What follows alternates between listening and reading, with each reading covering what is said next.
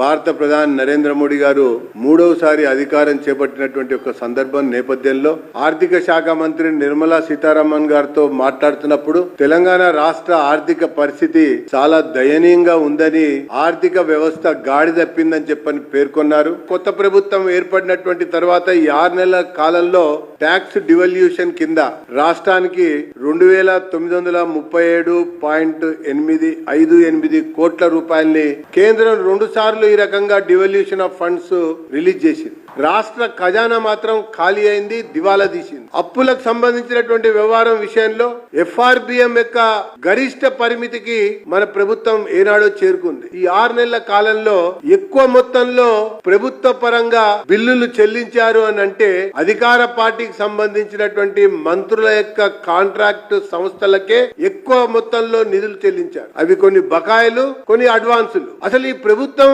ఒకవైపున దివాలా తీస్తే సంక్షేమం పేరు మీద అధికారంలోకి వచ్చి వాటాల కోసం, కోటాల కొరకు, కప్పం చెల్లించడం కొరకు ఈ కాంట్రాక్టర్ల యొక్క బకాయి బిల్లులను, అడ్వాన్సులు చెల్లించడం వల్ల పరిస్థితి రోజు రోజుకి దిగజారిపోతుంది, దయనీయంగా మారుతుందని చెప్పని భారతీయ జనతా పార్టీ పేర్కొంటా ఉంది. ప్రభుత్వ ఆస్తులేమో రోజు రోజుకి తరిగిపోతున్నాయి, మంత్రులు యొక్క ఆస్తులేమో పెరిగిపోతున్నాయి. అదనపు వనరులు అంటే స్థిరాస్తులని అమ్మటమే లక్ష్యంగా ఈ ప్రభుత్వం కూడా పెట్టుకుని ముందుకెళ్తున్నట్టుగా కనబడతా ఉంది. ఇది మంచి పద్ధతి కాదు, ఇది ఎంత మాత్రం కూడా తగదని చెప్పని ఈ సందర్భంగా భారతీయ జనతా పార్టీ పేర్కొంటూ ఆర్థిక పరిస్థితి పైన బహిరంగ చర్చకి ఈ ప్రభుత్వం సిద్ధమా అని చెప్పని నేను సవాల్ విసురుతా ఉన్నా.